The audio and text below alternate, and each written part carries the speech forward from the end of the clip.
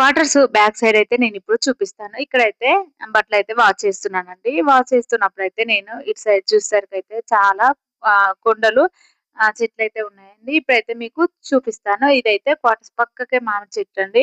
చుట్టూరా ఇలాగే మామిడి చెట్లున్నాయి. బ్యాక్ సైడ్ ఉన్నాయి, ఫ్రంట్ సైడ్ ఉన్నాయి. ఇక్కడైతే చూడండి ఇటు సైడ్ చాలా వేప చెట్లుంటాయి బ్యాక్ సైడు.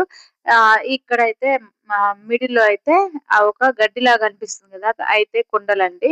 అలా చుట్టూరా కొండలుంటాయి కాబట్టి, ఇక్కడైతే చిన్న పిల్లలతో ఉండడానికైతే కొంచెం ఇబ్బందిగా ఉంటుందండి. ఎందుకంటే ఇక్కడ సిటీకెళ్ళాలంటే 8 కిలోమీటర్స్ ఎళ్ళాలి. అక్కడి వరకు ఒక్క హౌస్ కూడా ఉండదండి. మనం ఏదైనా హాస్పిటల్స్‌కెళ్ళాలన్నా గూడా 8 కిలోమీటర్స్‌కెళ్ళాలి. వెజిటబుల్స్ అయినా, నిత్యావసర సరుకులైనా ఏవైనా తెచ్చుకోవడానికి అక్కడికెళ్ళాలి. స్కూల్స్ అయినా అక్కడే ఉంటాయి కాబట్టి సిటీలో. అందుకోసమని ఇక్కడ ఉండడానికి చాలా ఇబ్బంది పడతారండి. వాతావరణం అయితే చాలా బావుంటుంది. కూల్‌గా ఉంటుందండి. మనకు ఏసీ గూడా అవసరం లేకుండా ఉంటుంది. చుట్టూ చెట్లుంటాయి గాబట్టి మనకైతే చాలా బావుంటుంది. ఇంతటితో ఈ వీడియో కంప్లీట్ అయింది. మీకు నా వీడియో నచ్చినట్లయితే లైక్ చేయండి, సబ్స్క్రైబ్ చేయండి, నా ఛానెల్ సపోర్ట్ చేయండి. Bye friends.